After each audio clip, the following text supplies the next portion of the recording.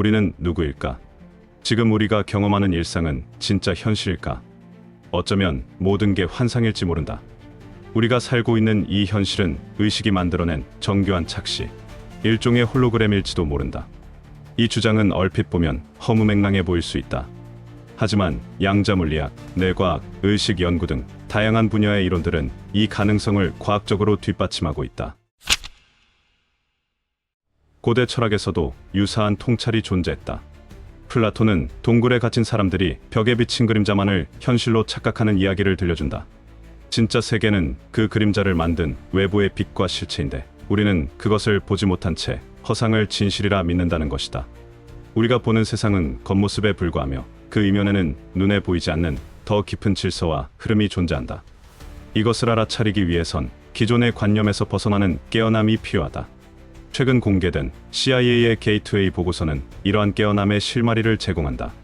수십 년간 비밀리에 유지되었던 이 문서는 현실이 단순한 물리적 공간이 아닌 다차원의 의식과 에너지로 구성되었을 가능성을 다룬다. 게이트웨이 보고서는 미군 정보장교인 웨인 맥도널 중령에 의해 작성되었다.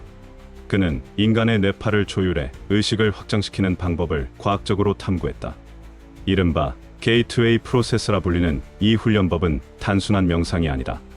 뇌의 좌우 반구를 동일한 주파수로 동기화시켜 고차원 의식 상태에 접근하는 과정을 다룬다. 이 과정의 핵심 기술은 헤미싱크이다.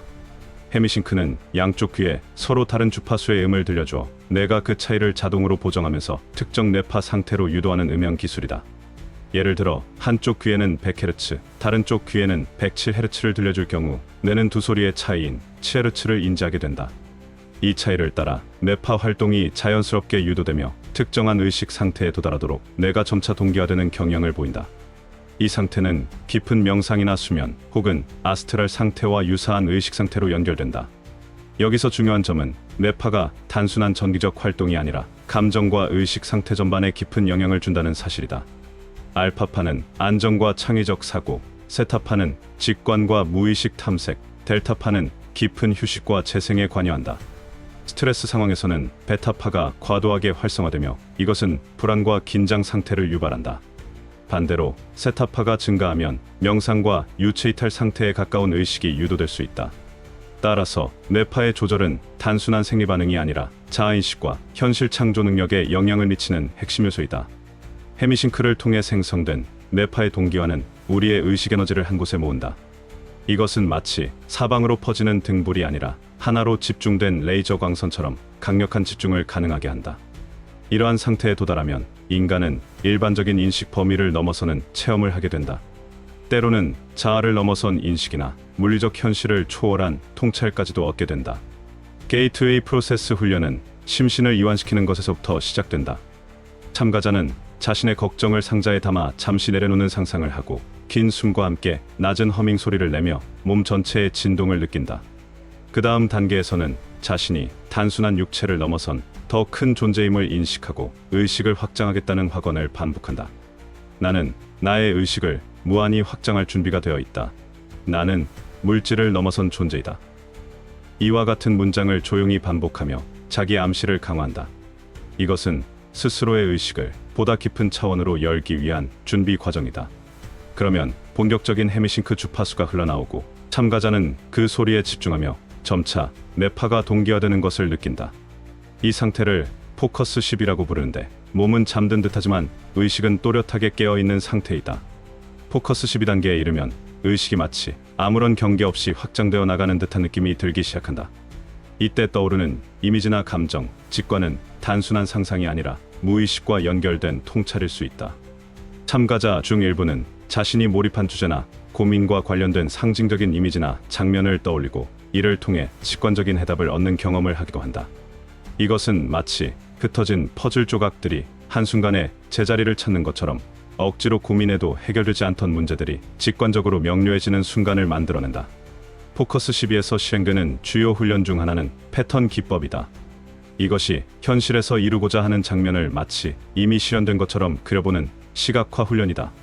생각이 현실에 영향을 미친다는 이른바 끌어당김의 법칙을 의식적으로 실습하는 과정이다. 또한 색채 호흡이라는 기법도 등장한다. 참가자는 눈을 감고 특정 색을 머릿속에 떠올린다. 그 에너지가 몸 안으로 스며들어 아픈 부위나 불편한 지점에 도달하는 모습을 상상한다. 자신을 불편하게 하는 감정이 검은 연기가 되었다고 상상하고 내쉬는 숨과 함께 그 연기들이 몸 밖으로 빠져나가는 이미지를 그려본다.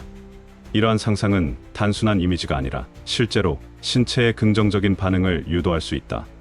의식은 단지 생각이 아니라 물질에 영향을 줄 수 있는 에너지로 작용할 수 있다는 것이다. 훈련이 진행될수록 참가자는 자신의 의식이 점차 육체의 경계를 넘어 확장되는 것을 경험한다. 이른바 유체이탈이나 아스트랄 여행 체험이 참가자들 사이에서 반복적으로 보고된다. 그들은 자신의 몸을 벗어나 외부에서 자신을 바라보거나 멀리 떨어진 장소에 의식을 집중할 수 있다고 한다. 어떤 경우엔 시간의 흐름마저 초월해 과거의 장면이나 미래의 이미지까지 떠오른다고 보고되었다. 게이트웨이 보고서는 이것을 설명하기 위해 홀로그램 우주 이론을 인용한다. 이 이론에 따르면 우주는 마치 거대한 홀로그램처럼 작동하며 그 일부분만 보더라도 전체 구조와 정보를 고스란히 담고 있다고 본다. 인간의 뇌 역시 홀로그램처럼 작동하며 특정한 의식 상태에서 이 우주적 정보와 상호작용할 수 있다고 말한다. 의식이 충분히 깊이 집중되면 시간과 공간이라는 물리적 제약을 넘어서 우주 전체에 스며 있는 정보의 장과 접촉하게 된다는 개념이다. 맥도널 중령은 이 과정에서 직관의 중요성을 강조했다. 그는 논리적 사고만으로 이 세계를 온전히 설명할 수 없으며 운해적 통찰, 즉 이미지와 감각, 직관을 통해 얻어지는 통찰 또한 중요하다고 보았다. 이러한 통찰은 오래전부터 종교나 영성의 영역에서 다뤄져 온 주제와 맞닿아 있으며 과학의 언어로 해석해보려는 시도였다. 보고서의 말미에서 맥도널은 이렇게 정의한다. 인간의 의식은 단순히 뇌에서 비롯된 부산물이 아니라 에너지의 한 형태이며 육체의 죽음 이후에도 지속될 수 있는 본질적 실체이다. 인간의 개별의식은 결국 하나의 보편적 의식의 일부이며 우리가 느끼는 분리감은 단지 일시적인 착시일 수 있다는 것이다. 게이트웨이 보고서는 종교나 철학적 교리를 부정하지 않는다. 우리의 의식은 단순한 전기 신호의 결과물이 아니라 우주와 연결된 하나의 정보장이자 파동의 장이다. 우리가 어떤 생각과 감정을 품느냐에 따라 이 우주는 공명하며 그에 상응하는 현실을 끌어오게 된다. 이러한 관점은 일상에서도 쉽게 적용할 수 있다. 부정적인 감정과 불안은 마음을 혼란스럽게 하고 갈등을 유발한다. 긍정적인 생각과 감사의 진동은 더 평화롭고 조화로운 현실을 끌어당긴다. 우리가 매 순간 보내는 마음의 파동이 곧 우리의 내일을 결정짓는 씨앗이 되는 것이다. 결론적으로 게이트웨이 보고서는 군사시험 보고서를 넘어 인간 존재에 대한 철학적 선언에 가깝다.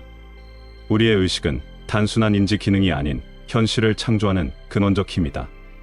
그 의식을 여는 문은 바깥이 아닌 우리 내부에 존재한다. 의식의 문이 열리는 순간 이 세상은 전혀 다른 모습으로 펼쳐지게 될 것이다. 그 문을 여는 열쇠는 언제나 우리 마음 속에 있다.